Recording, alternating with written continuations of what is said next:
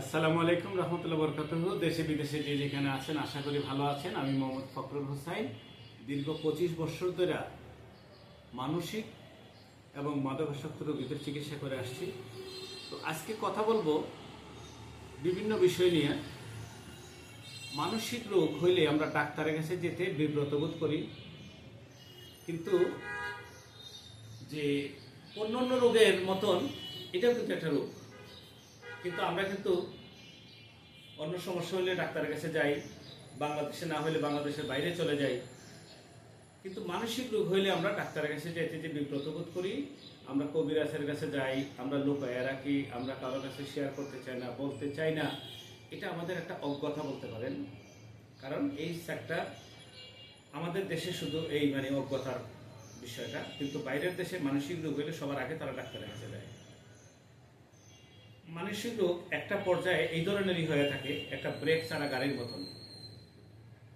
কিছু কিছু মানসিক রোগী আছে, তাদের ইনসাইট থাকে না, তারা সন্দেহবাদী হয়, ভ্রান্ত ধারণা, তারা ফ্যামিলির লোককে সন্দেহ করে, পাশের লোককে সন্দেহ করে, একা একা একা ঘরে থাকতে চায়, কারোর সাথে মিশতে চায় না, নোংরা থাকে, গোসল করতে চায় না, যখন খাবার খেতে চায় অনেক খাবার খায়, কোনো সময় দেখা যায় একদিন দুই দিন কোনো খাবার খাচ্ছেও না।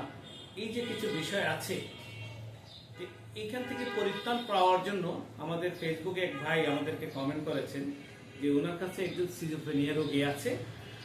তার সিমটম সম্পর্কে বলছেন যে তার সিমটমগুলো, সে একা একা থাকে, কারোর সাথে মিশে না, কথা বলে না, যে এই যে বিষয়গুলো রাগারাগি করে না। না, সব রোগীরা রাগারাগি করে না। তার এক ধরনের সাইলেন্ট, মোবাইল যেমন সাইলেন্ট করে রাখলে শুধু কনভার্সন হয় কিন্তু আওয়াজ হয় না। কিছু সিজোফ্রেনিয়া রোগী একটা এরকম আছে, তারা গাইবি কথা শুনতে পায়। গাইবি কথাটা শুনতে পায়, এই জন্য বলছি যে কানের মধ্যে তার ব্রেন থেকেই তাকেই বলে। বুঝতে পেরেছেন? আমি বলবো যারা গাইবি কথা শুনতে পায়, এটা একটা ডিজিজ, এক ধরনের রোগ। এরা যে কোনো মুহূর্তে আপনার জন্য বিপদ হইতে পারে। যে কোনো মুহূর্তে তার কাছে মেসেজ আসবে, এ তোমার শত্রু, একে তুমি আঘাত করো। এই ধরনের কিন্তু অনেক সময় হয়ে যায়।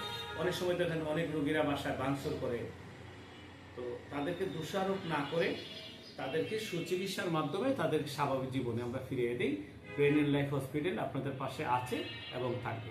আসসালামু আলাইকুম ওয়া রাহমাতুল্লাহি ওয়া বারাকাতুহু।